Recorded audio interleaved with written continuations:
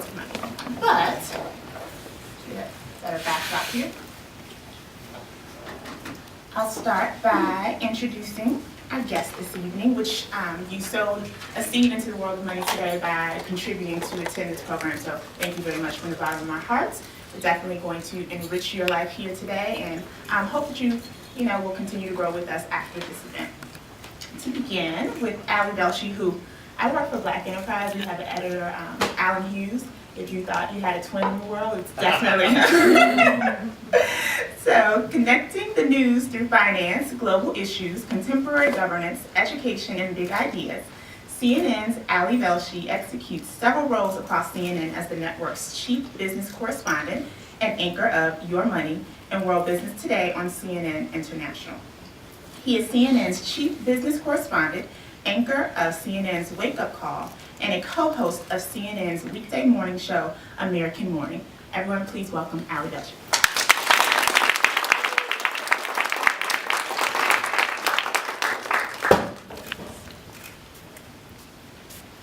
Christine Romans is the host of Your Bottom Line, CNN's Saturday morning personal finance and lifestyle program.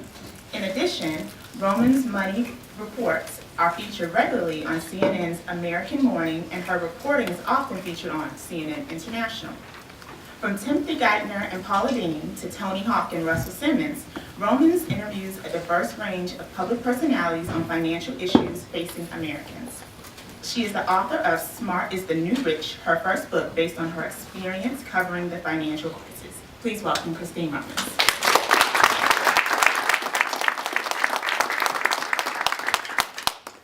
And to serve as our moderators for this evening's conversation, we have two World of Money VIPs. To start with my fellow Leadership Council member, Joseph Edmonds, who's also responsible for hosting us here at AXA this evening, so thank you for that as well. And you saw him motioning in the video, so he is a certified financial planner and certified public accountant with AXA Advisor. He volunteers as a financial presenter for the youth at the worldofmoney.org Youth Financial Education Institute, and he's also a member of the Leadership Council for World of Money. Please welcome Joseph Edmonds.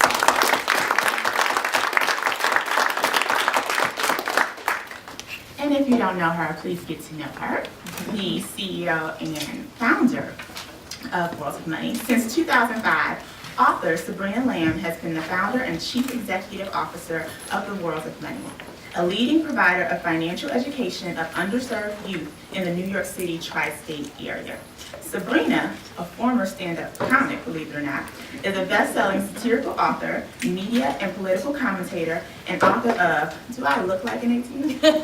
6 Steps to Raising Financially Responsible Children, published by Chicago Review Press in 2013. Please welcome Sabrina Lamb.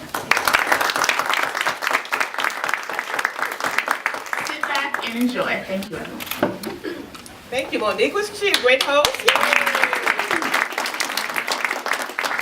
We're going to have a conversation, and then we're going to open it up to all of you, because I'm sure you all have questions and feelings regarding this issue regarding money, because when we started promoting this event, people were saying to me, what do you mean how to speak money? I thought I was speaking money called broke. No, that's not what we're talking about. We're going to talk about how we can transform. The reason why well, first of all, let me just roll it back for a second.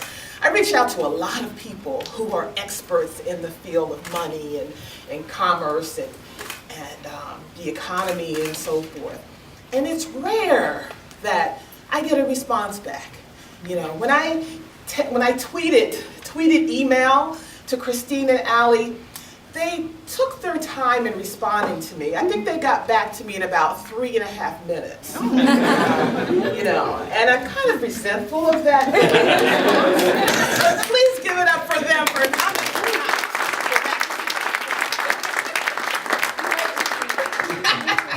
Yes. I see the arguments with Ali and some person. Anyway, but their book, How to Speak Money, which is also on sale for, tonight, that I hope that you will all purchase and transform your relationship with money. The reason why I was attracted to it, because there are a million books on the market regarding money and mutual savings and budgeting. But you know what are guest here they focused on, as well as other things. Neuroeconomics. What is neuroeconomics? Allie and Christine? It's fascinating. You know, neuroeconomics is where, believe it or not, you can see in your brain what's happening when you think about money, when you think about acquiring something and spending something. And there are teams of researchers around the world who have figured out the reason we do dumb things with our money is because our brain is wired to do dumb things. We have to like rewire ourselves. And they're actually studying this, and they can see how young people react to acquiring something. They use all kinds of really even functional MRIs, where they watch your brain think about money, and you can see how we are actually wired. It's a little bit, not to dumb it down, but it's a little like those lie detector tests, right? They can tell how you respond to things. It's the same kind of idea, right? They can see what your eye movements are, what your brain scans are. It's also a really good way to get into this conversation of the fact that men and women do look at money differently. Yeah. And if you just say that sometimes to an audience, they'll think you're being sexist, or you don't get it, or you're making remarkable generalizations. The fact is, generally speaking, men and women do approach money differently. Now, there are some women who approach money much more like men typically do, and vice versa. But we're not trying to say that that you shouldn't achieve the same thing. We're trying to let people who live with somebody else, or have to deal with a sibling, or a parent, or a child, come to the realization that there's a very valid reason why you might be fighting about money. It might not just be that you're both bloody-minded. It might mean that you come from a place that's different, whether it's your gender, your culture, your background, how you grew up. You know, in the video you showed, you talked to adults about their bad experiences, but you carry that baggage for the rest of your life, right? That's gonna come out the day your kid asks you for money for books. And that's, if you understand that you might actually be speaking a different language than the person you have to deal with on a daily basis, it might help. I must admit, when I first grabbed the book and started reading it, I felt that, being a CPA and a CFP, that I probably wouldn't get much from it. I've heard all the terms, talk to clients about it every day, and we were having a conversation, and back in my office, I have at least 10 pages of notes. And some of my clients in the room, so you're gonna hear a lot of what I say to you going forward, got it from the book. So the question I had is, to tell me a little bit about how your growing up in your households affected how you deal with money today. Oh wow, everything. You know, I grew up the granddaughter of farmers in the Midwest, right? So in my family, you planted with the money that you earned from the year before. We didn't go and borrow a bunch of money. My grandfather would never borrow money to buy a tractor. This whole idea of taking on debt to move forward really limited them then, of course. They were small farmers forever. They never became huge farmers like some of the other people who learned how to use credit. They stayed small farmers, but I always was very conservative about money because that was really drilled into me. And I find myself sometimes having to say, okay, no wait, there is good debt, and good debt that is used as an investment is not going to be a negative if I manage it properly. And I have to train myself to think that way, where Allie, I know every penny in my pocket. Allie's trying to figure out how he can make more money. I can make one penny into 7. I know, it's true. I'm counting my 5 pennies, he's gonna turn 5 into 25. And we've worked together for a decade, and we've covered the same things. We've covered markets, we've covered companies, we've covered the economy. The same facts, the same numbers. Facts. We study the same stuff. And on a given day, when the Dow is down 4%, Christine's worried about her kids' education, and I'm hoping that she will do my TV hits so I can find stuff to invest in. Seriously, the market comes down and he says, this is a great opportunity. An opportunity? Are you kidding me? I have to work another year now. And this is what our viewers fight about.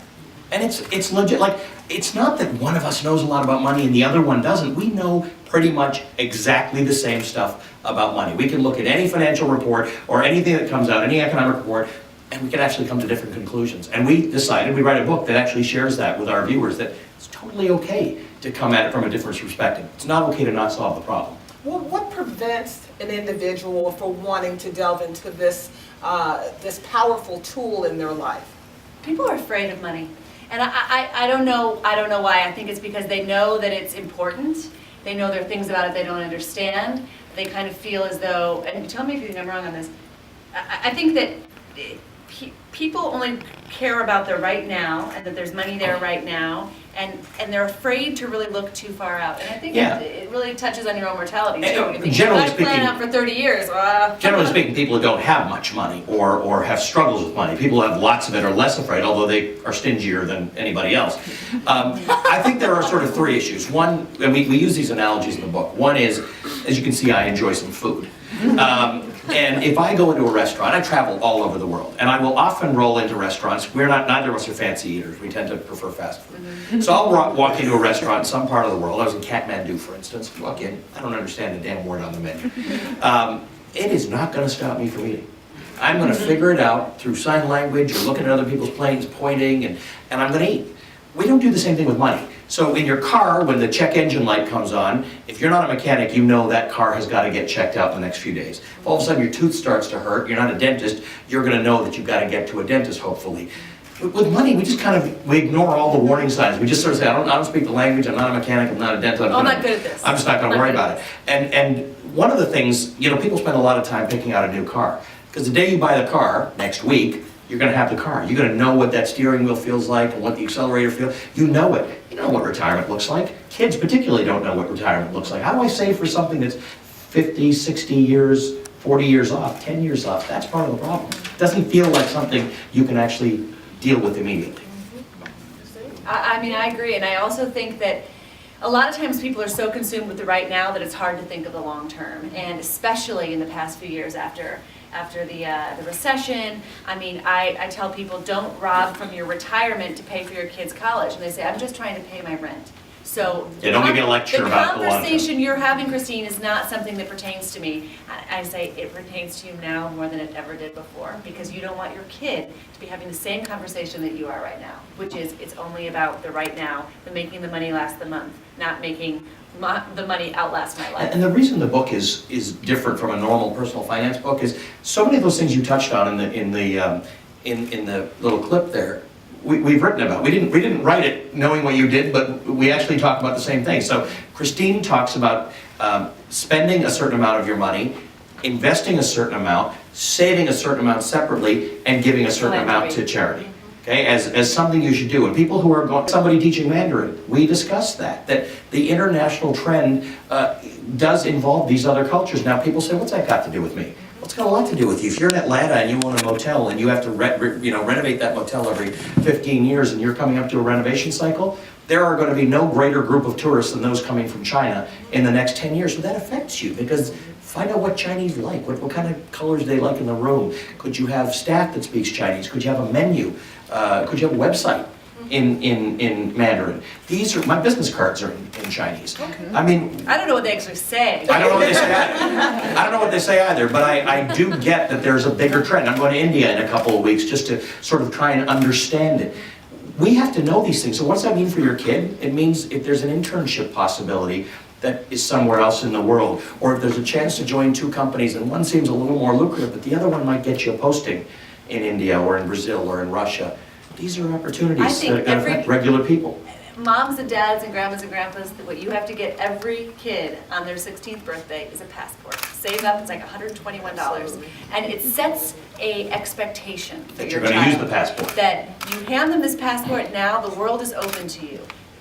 Set the expectation that you are going to see things and go places, and start that conversation. It doesn't have to be a conversation. Oh, it's time to get your passport, and then you have like a driver's license. You have set the bare minimum that you're expecting. And we're taking, so far we have 62 people that we're taking to China next year. That's great. Wow. Right, a group of China. Many of them are young people. As you saw, we teach in Mandarin Chinese. You know, as I indicated in our discussion earlier, the African American community will spend upwards of $1.1 trillion this year. So this lie that's, seeps and is passed through our community about not having money, right. We have poor mindsets. So there's $1.1 trillion on the table, Allie and Christine. What should we do with that $1.1 trillion? Oh, and that China mentioned, there's a Chinese restaurant in every black community. That's right.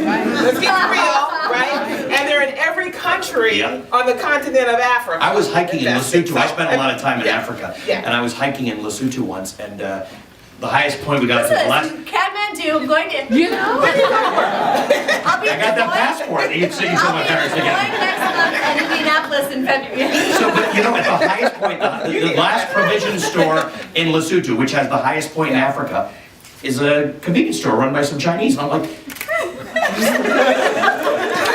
what's up with that? So, the point is, why not, right? All of us in this room, no matter what color, check out everything you're wearing and all the electronics you're wearing. It's coming from China. Absolutely. Just get a piece of it back. It's good. It's all right. I don't mind that they're doing well and that they make good stuff. Let's just have this be a two-way relationship. Why don't we figure out how we take advantage? I'm sure the Chinese want to see Harlem too.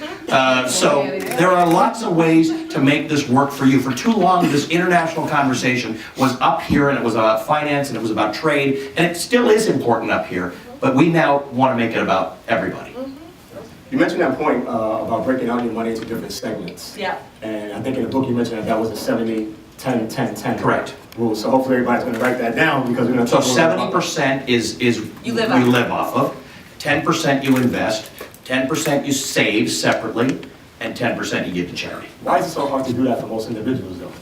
It is, it is. We have a good friend named Ryan Mack who just counsels people on how to do it, and he says everybody can do it. And he said a lot of people, the charity part of it, it might be actually, that charity could actually be helping a niece or nephew pay for Could be in your college. family. I mean, and that's. Could be the church.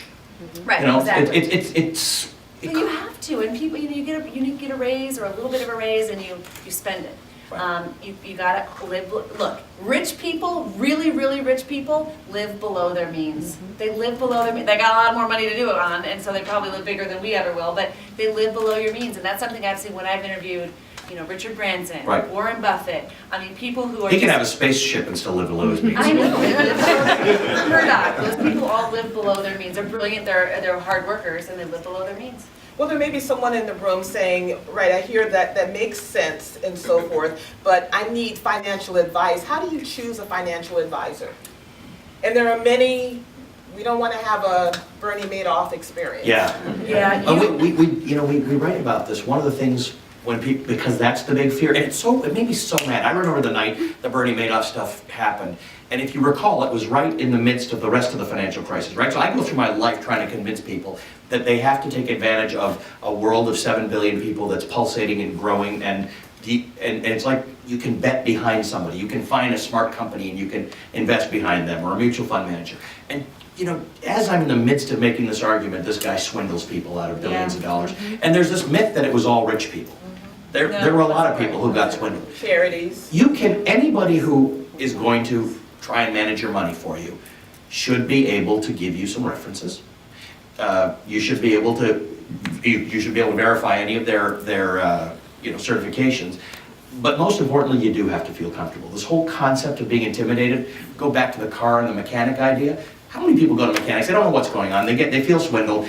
Don't do that with your money. But it is also Be comfortable. It's financial literacy too. You're not going to always get 8 to 10% every single year, no matter what, in a market return. You're just not. There are going to be some years that are better. You're going to lose money some years. And when you have a financial advisor who gives you a whole list of treasuries and says you're getting 8%, that's impossible over the time frame. So that is also financial literacy, And not that's being why afraid the of book money. helps, because it I'm just not lets you blaming those feel. victims, I'm just saying. It lets you feel like you at least know the language. And frankly, it's not terrible to let your financial advisor know that you've read some books on this, or you've read a book, because at least they know, well, okay, then maybe they've got some warning signs. I think many of them are very good, they're very strong, but you do have to feel, you have to be able to go in there and say, and people don't even do this with their doctors, so it's hard. Just say, tell me, I don't know what you're talking about. I really don't know. Explain this to me like I'm 10. Which, by the way, if you've gone through the program, these kids are going to be good at finding financial advice, right? But that's what we need to do. If you don't walk out of the place, don't hand over your money until you are satisfied that you at least understand what they are trying to do. I think a lot of times what I realize is that when I talk to a lot of individuals on a daily basis and doing what I do, you tend to hear the word I'm conservative or I'm aggressive. Right. And Christine, you made a good point in the book that you're conservative, you don't like to see your money gone in your pocket. But when you mentioned when you got your first job, your boss sat you down when you were in your early 20s and told you something that is really important to you. Talk a little bit about that and how you segregate what it means to be conservative as opposed to investing for the long term. He said to me, time is your friend. Time is your best friend in investing and in your life, right? You're never going to miss this money. Sit down with me right now, and I'm going to sign you in your 401k. And do you know that I still sit down with young people? I know you do this too. Yeah. And we sit down and we say, okay, here's your. I'm gonna log you in, and I'm gonna get a password for you. And we sit down and we take the maximum we can out of their paycheck, and we tell them it's gonna hurt the first paycheck, and it's not gonna hurt after that. Learn to live on it, kid, and you're gonna thank me someday. And do you know that now we've been doing this long enough? The kids are coming up to me Totally, they who are really now do. like, And the thing is, it does hurt the first paycheck. And then you really just don't remember. And that's the best way to say it. Believe me, people are very flexible, and it's a lot easier to see 10% or 20% coming out of your paycheck when you are employed than what has happened over the last 4 years, 5 years, where all of a sudden you don't have a I job. tell my nieces and nephews the best thing you can do is sign up for the 401k and start wearing sunscreen very, very early. Yeah. Those are the two things, because time is the only thing you got when you're 20, right? You Right. don't have money, you just have time. We also talked about your different styles, as Joseph pointed out, and towards money. How do couples wrestle with this idea when they have two decidedly different, married couples, have two approaches to money? Maybe there's a Disneyland father and a conservative Right. mom. How do they have that tough conversation without someone being strangled? By the book. Yeah, it's a lot of give and take, you know. In And, our case, we're married to other people. Yes, we are. Thankfully, right? We're just married to each other, yes, we're just married to each other on TV, but we do kind of play that role, because I have found that it makes me a better investor and a better spender, a smarter spender, to run things by Allie. And Allie has found, Yeah, make just me. say yes, dear. Yes, here. Allie has found that he has learned how to be a little more conservative and think a little longer term Right. about things. We had a big discussion as we were writing the book. It was probably in the months just before we started writing the book. Christine had finally bought a house. I Oh, yeah, I bought didn't- 3 in the interim period since we've been talking about exactly it. our personalities. I was watching home prices go up and I kept saying, this is defying the law of physics. This should not be happening. You know, And I said, it doesn't matter. I'm buying houses like they're going out of style, and bought, sold. So finally, Christine buys a house and decides she has outdoor space because she's outside of the city. I'm in the city, I don't have outdoor space. So she decides she needs patio furniture. And it's April. It's April. So she wants to buy patio It's full furniture. price. It's all And she full picks price. up nice patio furniture, and her thinking is that I live in a house, I spend a lot of time at the house, she's got about 8 kids. And what's the number? There's only 3 of them. 3. 3 kids. But she does, you know, well, it's a good investment for her, right? So she's telling me this, and I'm thinking, buy the patio furniture. It's much more expensive, but I'm a Manhattanite, what do I know about And patio I say, furniture? I'm going to wait till September, it'll be 40% off. And he said, but in September you can't enjoy the patio furniture. And so So finally, I come up to her view, right? I'm like, don't buy the patio furniture. You're totally right, because it's really good. I mean, it's as sure right as rain, right? It's going to be half off in September.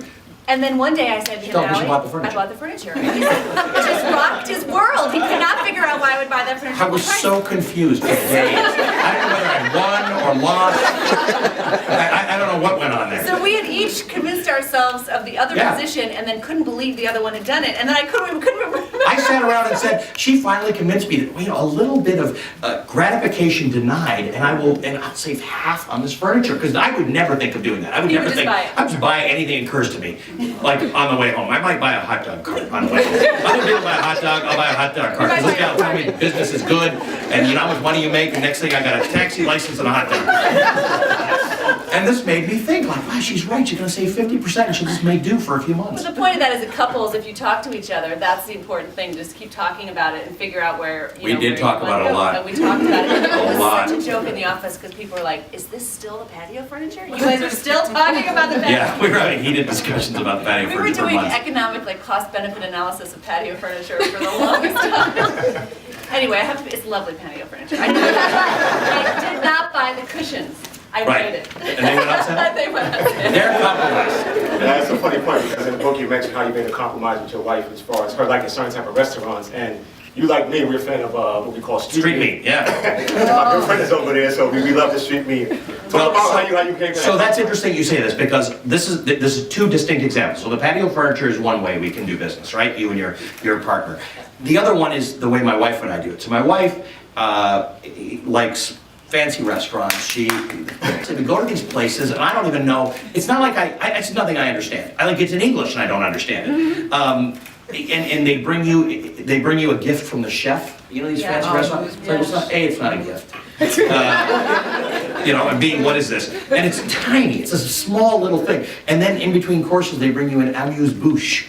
I've made it 4 decades without amusing my bouche between it was just annoying us. So we would start to compromise on restaurants when we travel or wherever we'd go, and I'd say this one sounds too BS-y, and she'd really like it because it got all the write-ups. So we'd find something that we both agreed on, and it was horrible. every time, because it was, Nobody was happy. she wasn't happy, I was thinking, why are we paying this for this food? Because I know a place around the corner that's got like on a cart that you can get. So we did this whole thing where we don't compromise. So now, it's a zero compromise relationship when it comes to restaurants. When we travel, and she lives in a different city, so we're always traveling, we split the nights.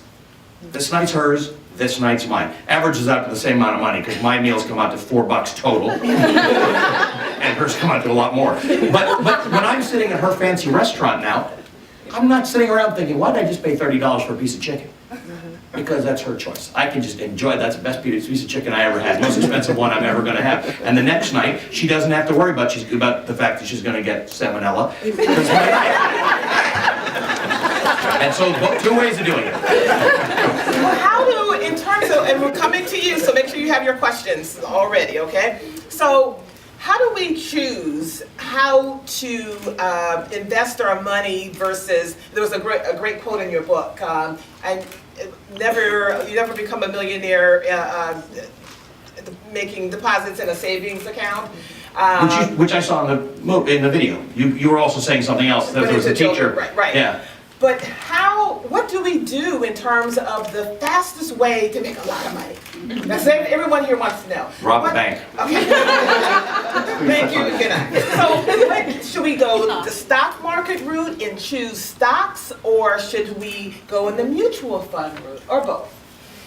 Well, I like ETFs, low fund ETFs, but I also know that I don't know enough to be able to manage ETFs for a very long term. Do y'all know what ETFs are? Exchange traded funds. Exchange traded funds, which are baskets of stocks that trade like a stock. So you can buy it like it'll have a ticker symbol as if it's a stock, but basically it's a fund. I like those actually for your account, like if you have a little account that is your stock account, that you want to, a company, you want to test a company, an industry, you want to try to get an industry, you want low fees. But I also think you don't go to you don't diagnose your own dental work and you don't fix your own tooth. I kind of think if it's the big stuff, I kind of like You the need some advisor. expertise, right? So you either have an advisor, and that advisor may also put you into some mutual funds where it is useful to have what's called an active manager of a mutual fund. So ETFs, electronic traded funds, exchange traded funds, I'm sorry, they don't have an active manager, right? It's a basket of stocks that are, let's say, Chinese pharmaceuticals. So the fees are really low. So the fees are really low because it's done by a computer. Basically, it's a basket of things. And things fall out and things comes back in. Here's an example of where you wouldn't want to do an ETF. Say you're really excited about alternative energy and about solar energy. Bad idea to have an exchange traded fund in solar, because the solar industry is full of companies, some of which are really fantastic, some of which have no earnings, and as we've seen in the news, disappear from the face of the earth. So I would be willing to pay a commission to a mutual fund manager who is an expert on the solar industry, who can say, this company's nothing. They only have solar in their name. And remember, this happened in the tech bubble, right? They were just companies that had names. They will tell you. Or if I'm investing in something in China or India, I might want somebody who can say, there are companies in China and India that are garbage too, but here are the best of breed. That's where you want an expert.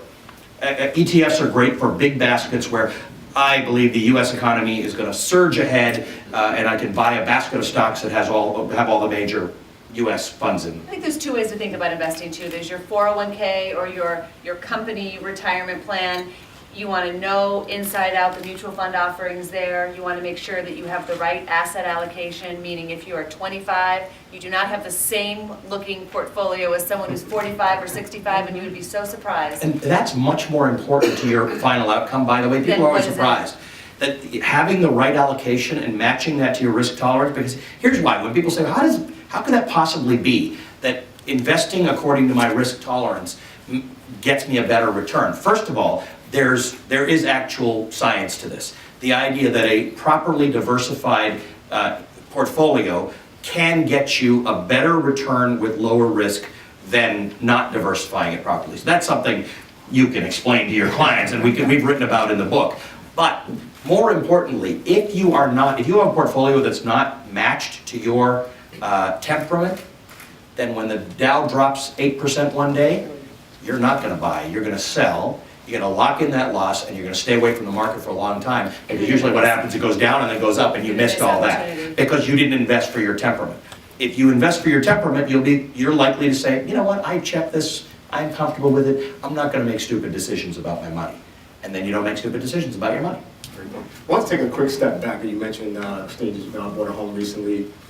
Hearing a lot of questions coming in saying interest rates are at their lowest points I ever. know. The home values, the market is down. Is this a good time for me to buy? And I always say it depends. It depends. Talk a little bit more about why it depends. And it does depend, it's a big asterisk. Well, first of all, I bought in 2010 during the whole first-time homebuyer tax credit bump up in the market, and then it went down again. But it doesn't matter for me, because I've got 3 little kids, I've got to be in a school district, I've got to be in a suburb that is the one that I want, I needed the space, you know, all of the things were lining up for me. Mortgage rates are so low now, I'm already refinancing. It's unbelievable. A 30-year fixed-rate mortgage at 3.99%. In our lives, we will never, ever, ever, ever, ever see this again.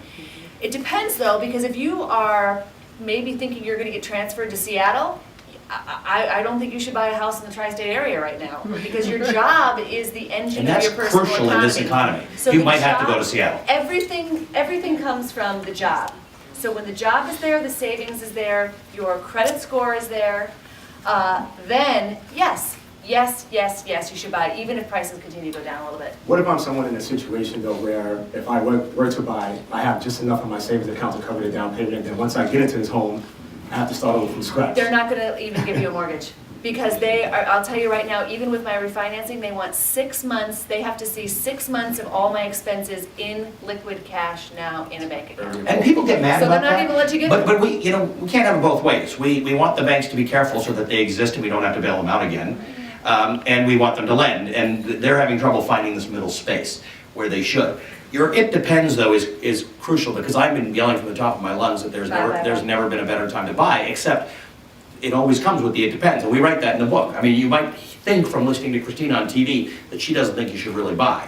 And you might think from listening to me that I only think you should buy, but the reality is in the middle. And by the way, I implore you all to, I know we got somebody from Black Enterprise here, which I love, but I want you to buy this month's copy of Money magazine. So I read a column in there, and I wrote a column about education for your kids, about how parents are nuts about making sure their kids get into good colleges or get into a college, and their SAT scores are good, and they get tutoring and whatever. And then they get to college, and all I hear are people talking about how much they're loving the experience and this and that, and how you need to know Finding what himself. Johnny's finding himself. Right, I don't know how rich you all are, but this is a very expensive way to find yourself. So I wrote this, and I wrote that your kids should be, and we write in the book, Christine thinks that you know, if you have a choice, all things being equal, and if you have the aptitude, we should all be engineers, and I picked accounting as a great profession. These are both professions that are global. I like economics too. Right, but these are the idea is that they're global. They are skilled, and they are in-demand professions that will, you know, constantly have jobs. I know a lot of sociology majors and political science majors. I'm a religion major. French. You know, so So. we wrote this article, and I've been getting all this nasty feedback about you have no respect for liberal arts and this and that. And I didn't really have enough room to say no. In fact, I am one. But let's make informed decisions. So the housing decision is not something you should do because somebody else did it or because somebody thinks it's cool. The housing and your kids' education are going to be probably your biggest expenses in life. There are good ways to make these decisions and get good returns on them, and then everybody can be happy. And the one conversation we haven't had yet is and then you transfer wealth, which is where it really makes a difference. Then the next generation gets a head start. When you're thinking about your bills, it's very hard to think about transferring wealth to your next generation, but that's the important part. I'm really shocked that, particularly in African-American households, that it's about 60% of the head of household will pass away without a will. Right. So there's no transference of wealth or even the crock pot. So what can you say to encourage us all? You talk about that early in the book in terms of telling the truth.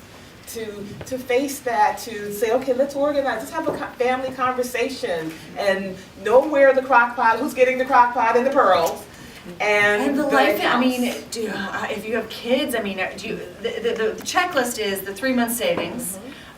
What's the jobs, the solidity of the job, how much money is in the bank, how much are you starting to invest? Do you have, I don't know, a 20-year term life insurance policy if you have little kids? Because, I mean, if you lose one income, I mean, you're really in big trouble. Just covering the bases and starting from that point and then growing from there, too many people don't even have the bases covered Right. here in the And if very you near don't term. know about, if your family hasn't had, it's a complicated discussion to have for most families. Because most people just don't get to the point where they have the conversation about transferring wealth, growing for the next generation. Some very successful families do this very, very well.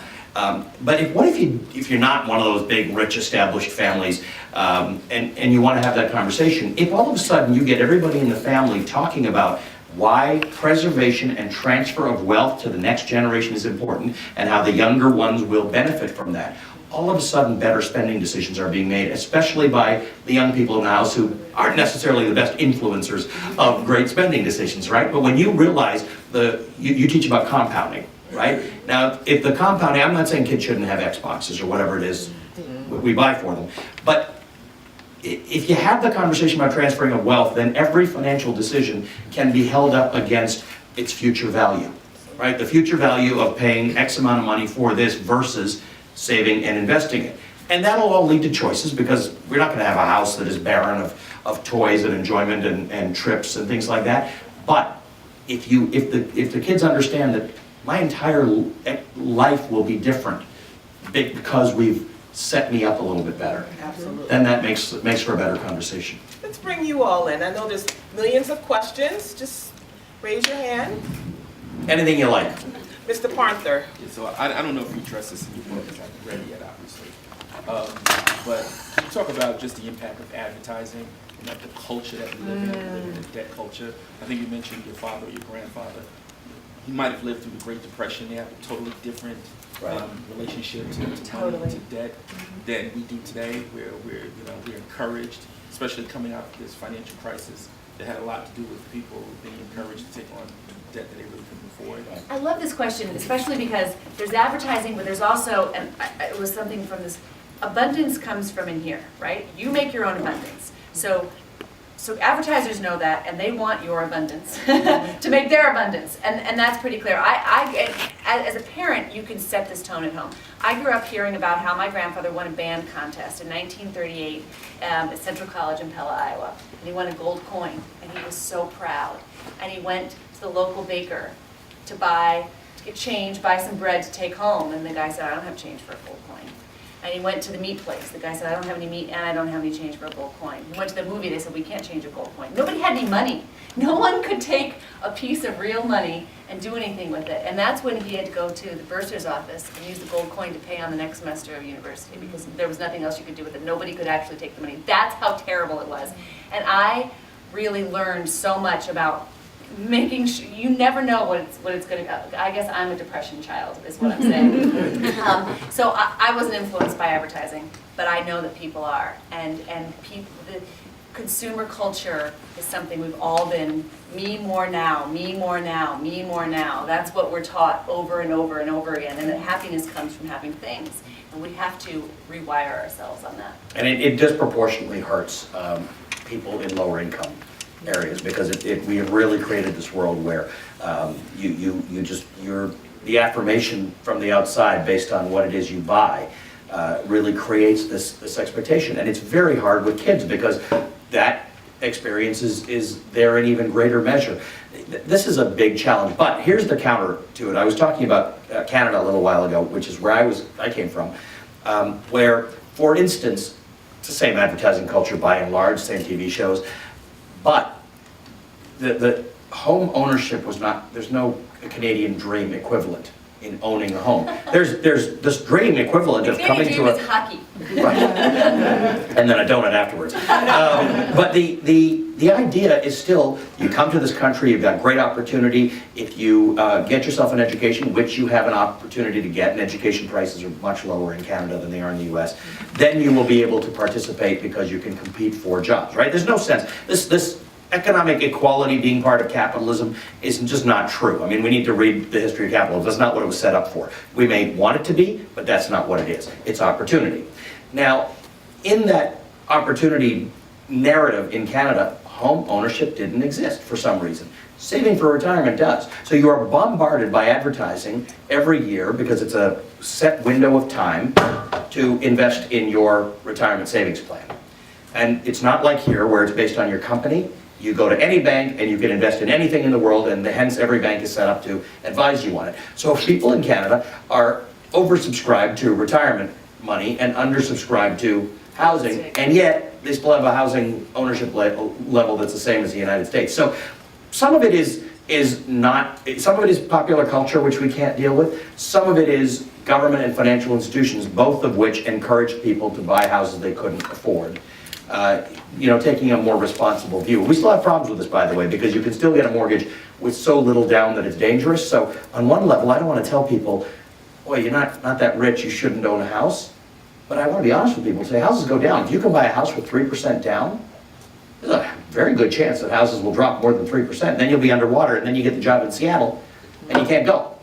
So there's pop culture, and there's what we do as institutions, and we have to change both of those. But the message for everybody out here is don't fall for it. Taking advantage.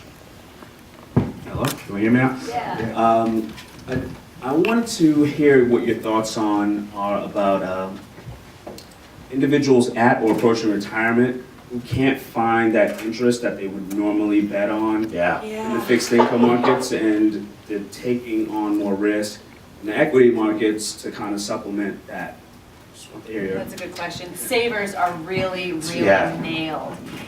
We are not set up to honor savers, even if couldn't they do some tax policy tax policy to favor savers? I don't know, but look, you can't even get a That CD. slows our economy down. I know. I mean, the same grandfather I was just telling you about when he passed away, had all these CDs at 14%, I couldn't believe it. We may never see that again either, but low interest rates are really hard. So when you're approaching retirement, Allie, it's dangerous territory. Well, one of the things we do in the book, and again, a financial advisor would do something similar, is give you a risk tolerance questionnaire, right? So if you're approaching retirement, generally speaking, you will be at the lower end of the risk scale, right? I mean, there could be exceptions, but you're going to want to take less risk than you would if you're 25. You might have been risk averse at 25, so you may be 65 and really risk averse, or 50 and really risk averse.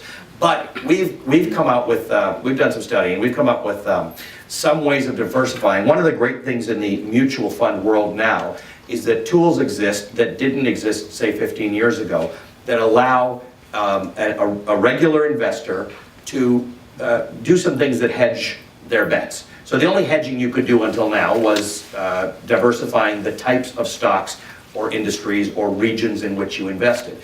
Now you can actually buy stocks that will behave differently, that not correlate with each other. So it's the same reason some people buy gold, because if one thing goes down, this may behave differently. You can now create a mutual fund portfolio that gives you some of that idea. And the science behind it is that it dampens the volatility. So stock market doesn't do this, right? But over time it does increase. The problem is what you want that increase to go kind of like that, smooth and steady.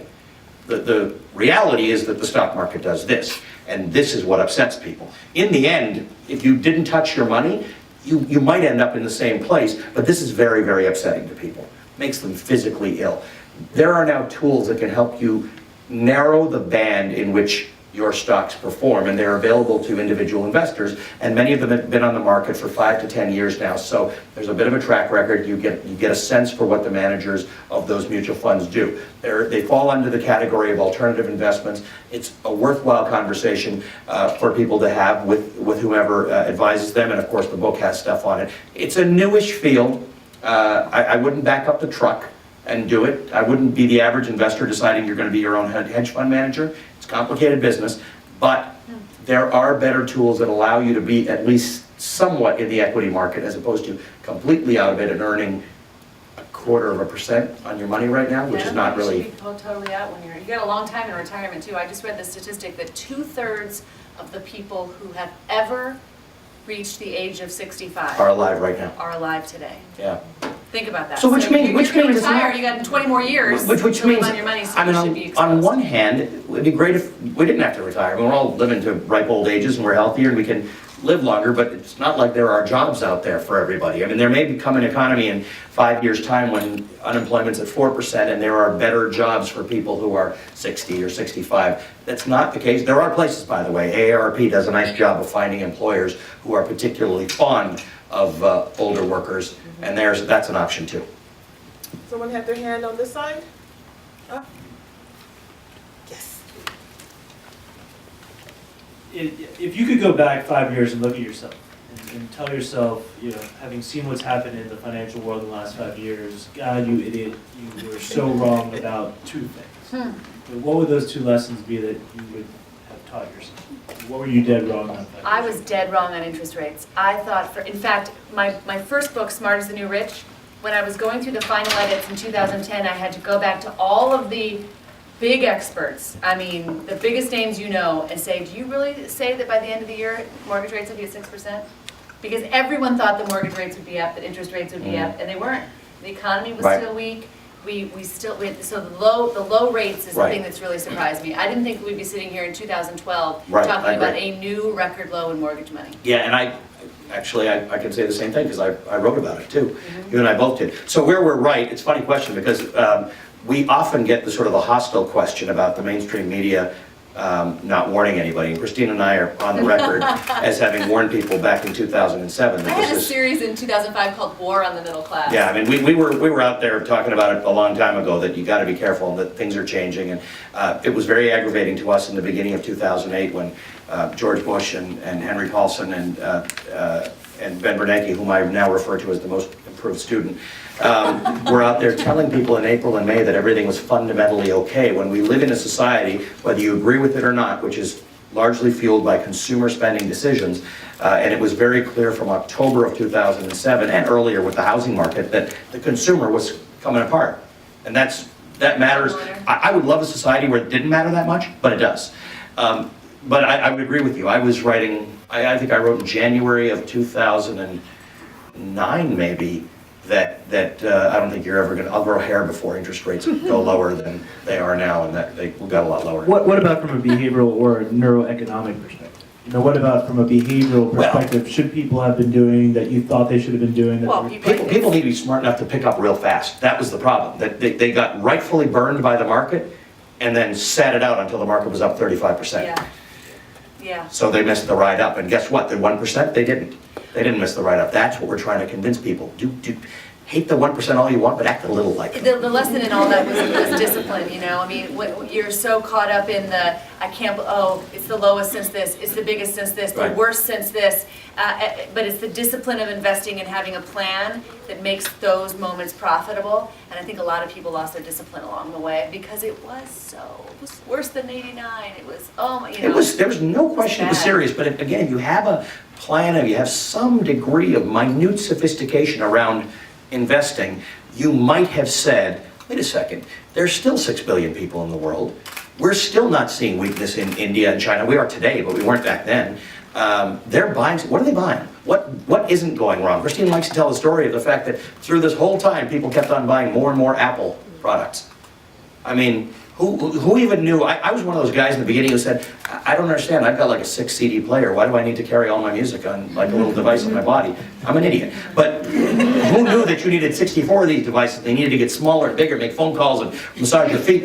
But they kept on, and Christine didn't know, but she saw all the boxes. The recycling boxes on recycling day in my neighborhood, there was always an Apple product box. And I thought, are you kidding me? On one block, every week people are buying Apple products, and I kept watching, and the stock was at 20, then it was at 40, then I think I bought it at 60. You must have not slept for 3 nights thinking, oh my God, it's crazy, it's going up. 90, I said to my husband, wow, you wouldn't believe how much I'm making in Apple stock. And he said, we can't have Apple stock, because he was like, for his job, he couldn't have individual stocks. I was like, oh man, sold Apple stock. Every time it hits a new high, I'm like, honey. He could have quit his job. You owe me $2,022. One final question? Ma'am? Yes. I have a question about Parent Plus loan. Mm-hmm. And my question, Repeat that. a question about Parent Plus loan. My son is coming up on his first year of college. Mm-hmm. And of course, I got the statement in. And since the interest rates are so low on our savings accounts, and the Parent Plus loan is 7.9%, I was thinking about just paying off the loan as opposed to allowing it to compound daily. And when I saw the slip, the statement was $10,000 more at the end Yeah. of the What's- loan. Of the term of the loan. Yes. What's the interest rate of the Parent Plus loan? 7.9, And the term is? 7 years. Right. That's tough. That's if it were 17.9, I'd have an answer for you. It's a tough one at 7.9, it comes down to a cash flow issue, right? I mean, are you taking that money out of Savings, which are earning you nothing? right, But they're your savings. right. Therein lies the nut, right? I mean, the mathematical answer, Christine, you do this more than I do, is sure, mathematically it makes sense to do what she suggested. But cash is king in this economy. You want the bank or the lender to take the risk in case something happens. So there's the taking the risk. What does the financial planner say? Oh, that is a tough question. That is, you're right, I mean, He's like licensed to answer. you're in this interesting spot, right? So one of the guys in the book explained Yes, something very I know. interesting. He says, see, he uses yours is a better example because that's a real important loan. Like that's something that, if there are loans you should take in life, your kid's Is your education is one of retirement them. fully funded? Are you fully funding your retirement for you? The second point I would make is if you did make that decision to do that and pay that off, do you still have at least 6 months of savings after that was actually done? And are you also still, like Ali and Christine said, contributing to your retirement and not pulling money from that? So if that was the case, then that could possibly be. Yeah, if you got it that worked out, which it sounds like you may, that's a good idea. This probably doesn't apply to you, but it's a good lesson to learn in the book, because we often find people who have some amount of cash and some amount of debt, and the debt is, let's say it's 8% or even 10% or 15%, which is real, some people are paying that. And they pay it off. It's a $5,000 loan or a $10,000 credit card bill, and they pay it off. A lot of what the financial planner who we use in the book has found is that some people have a threshold for debt. So again, this clearly isn't your case, but I'm trying to make this universal, and you should tell other people this. So everybody thinks, I can get a loan for this much money, or I have this much sitting around, let me pay this high interest thing off. And it seems like the most obvious thing, and 3 months later, the debt's exactly where it was before they paid it off, because some people have a debt threshold. So that's Mostly one. credit card debt, right? Right, because it tends to be this revolving debt. There are good debts, and that's one of them. So this now comes down to a comfort level decision for you. Will you be comfortable not having that accessible cash if a life circumstance were to change? Which means income doesn't come in or something. If you are, that's a hell of a return. I mean, that's a better return than, well, it's not a better return, but it's about the return that the stock market will give In you. general, on student loans and sending a kid to college, is something that our colleague Carmen Wong-Ulrich, who's a financial planner, a writer, I really believe this too. You don't have to kill yourself paying every penny you save for, you know? I mean, you gotta take care of yourself first. It sounds like she might have. Smart. Yeah. I just got We one, can stay a little longer. We're gonna ask you some questions at the end of this. one quick question I know we didn't get to it in regards to employment now. It's no secret that a lot of individuals today are unhappy with their jobs because the corporation now has the opportunity to say, you know what, there are 1,000 people that want your job, so we can be a little more tight on what we provide you as an employee. Sure. But particularly what I read in the book that was interesting is that it's also no secret that females are still not at the level that males are as far as the income that they earn. Mhm. And when it comes to negotiating, Christine, a lot of females that you read, which you indicate in the book, don't know how to negotiate when it comes to asking for pay raises It's and things so, like that. Can you give some tips that you gave in the book in regards to how to go about doing I that? have learned so much from Allie. Allie negotiates for things that I didn't even know were negotiable. And he's getting a better deal. And someone says this is what it is, and I say, okay, thanks. And I have learned that it's not okay. I have to ask for more, because that is, look, and it's also expected in the workplace. We interviewed somebody in the book who's written a book about negotiating, who said that women at a certain level of their career, they limit themselves if they're not going in there and negotiating for the salary and for the title and for the position. How are they going to negotiate on behalf of the company? How do you think their bosses think of them if they're not being more aggressive and being more... And women and men have to do it a little bit differently, because women don't want to seem pushy. Men can seem, whatever, alpha male and the blah, blah, blah. So not only do we Women have ask for things that we techniques. shouldn't get, but then if we don't get it, next time I hold it over my boss's head, I asked for it last time you didn't give it to me. It's crazy. That's crazy. It's like it becomes a weapon. But there's a lot of good stuff in the book. If you have a young woman in your life, a daughter or someone you know, or it's you in your work, I really want This is women good advice. to read this very, it works for men too, actually. There's Yeah, but negotiating it's techniques. really good. If you don't negotiate a $500 raise when you are 25, that's going to affect how you're going to retire. $500 Power of compounding. $1,000 at 25 years old is like $500,000 over the course of your working career. And every raise comes from that, and every promotion comes from that. So there's some really important techniques for women to learn about how to make sure that they're right up there with their male And all that's going to counterparts. happen is you're not going to get it if you don't get it. You know what I mean? Like women do go in with this fear that it's somehow going to have long-term effect on their relationship with their employers. I'm not sure it will. One of the things we do talk about though is if you can't get the raise or you can't get what you want, offer to do the work that would get you there. And one of the things I just wrote, there was just an article. And get the plan. Say, this is what I want. So What do I have to do to get So here, there? let's do this, and in 12 months, I will have that, Right. you know? Keep negotiating, And so- even though they're trying to stop. There was just an article, an interview done, Richard Florida's wife just did an interview that she posted on Huffington Post today, where she interviewed me about one of these things. And I said, that one of the worst things you can do in an economy like this, and I've seen it happen, and it's happened in my workplace, where someone's been offered offered more responsibility, and they've said, not unless it comes with the raise, which I think is a stupid thing to do in this economy. Now, Then you have nothing. I think you make a You have deal. no raise and no. I think it's fine to make a deal, to say, okay, I'll do it for free. Can we talk about this in 6 months? Or is there an expectation that if I exceed it, I can come to you for a raise? Everything in life is a negotiation. Don't be afraid to I didn't negotiate know for that. it. I didn't know that. Did you know that everything in life was negotiable? I didn't either. And then when I started, Lee Miller wrote this book with his daughter, I can't remember what it's called. About negotiating. It's How to negotiate but it's- anything. How to negotiate anything, yeah. And it blew my mind, because I wish that the same person who had signed me up for my 401k when I was 21 would have handed me that book. Because then I would have been buying property over the past 10 years instead of sitting on my hands worried about, it. Takes all kinds to make. Yeah. Ladies and gentlemen, you're invited to, of course, come up, and maybe you wanted to whisper your question to Allie and Christine, but of course the book is on sale. Before we wrap totally, just want to make a couple of announcements. As you know, we are enrolling our children ages 7 to 18. Many of you know children, so please, please, please spread the word about our registration for World of Money, the 2012 Youth Financial Education Institute that will reconvene in July. We graduated 110 children this past August. We are on track to exceed that, so I need you to spread the word about that. And we have one final thing. We happen to think, people ask us, and we think that this is the answer. Financial literacy for kids is the answer. We can't fix everybody doesn't have this figured out today. And 30, 40 years of not understanding money is very hard to turn around. But if you get them when they're young, I think it really does create prosperity, and that's the right word.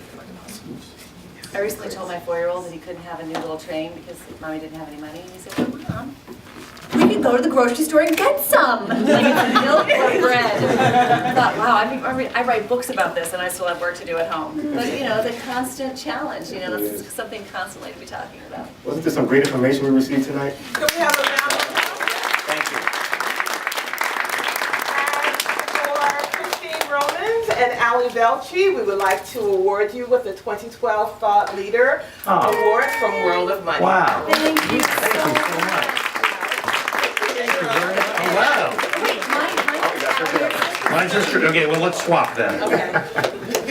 There you go. That is excellent. Thank you so much. And you have a book bag. Let's make sure that's in the picture. I like that. I like the green. Green's good.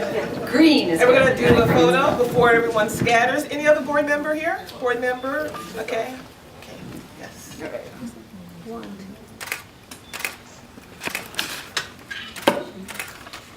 And PAC members and LC members, quickly, please. Sorry, let me get this out to you. Let's scoot over a few inches so that we have more space for. I'm good. Just don't want to kill nobody. Just don't want to kill nobody. Let me move this out to you. So, That's excellent. that's Sure. a nice, That's beautiful. I'm gonna slam on my desk. I'll get to this next time. Wow, okay. And Allie, Let me get this. And community council leader. Sorry. That's it, no, we love it, we appreciate that. Can we have like a row in the back? Yeah, sure. Stand in the back. Let's go a little, scooch forward an inch. Whoever's taller. Oh, that's Stand in the me. back. Tall folks in the back, Shorter folks. families of the groom. Oh, let me, hold on 1 second. Are you available for parties, Ally? Yeah. Weddings, bar mitzvahs, you name it. Mary, All right. count us down, Lauren. Yep, hold on. Can everyone see me? All right, 1, 2, 3. Hold on. All right, 1, 2, 3. 1, 2, 3. Hold on, the gentleman in the, yeah, I can't see your face. All right, everyone look at me. 1, 2, 3. 1, 2, 3. 1, 2, 3. Thank you. Thank you very much. With this video? What's it for? What do we say? What do we add? Video, yeah. Okay, action. Abundance starts, Inside with you. no, with With me, me? not with you. Oh, all right. With Well, me. abundance stuff starts with one of us. It starts with me, right? No. Start all over again, we're being too silly. All right, what is it? What happens with this? What is, You're saying how wonderful World of Money, the organization is, and for donors to send all their money to us. all right. Well, I have to say, we didn't write the book knowing the sort of thing that World of Money does specifically, but we actually kind of could have. Absolutely, World of Money knows how to speak money, right? No, they do. I mean, they talk specifically about the things that we write about. The idea that you have to save, you have to earn, you have to be charitable, And you have to start young. Yeah, you have to start young. It really, really helps to do that. And we've really been strong believers that if you can get young people to understand money and to become financially literate, it's going to be a big, big help later on. So we really, really applaud the work that World of Money is We doing. are bullish on World of Money.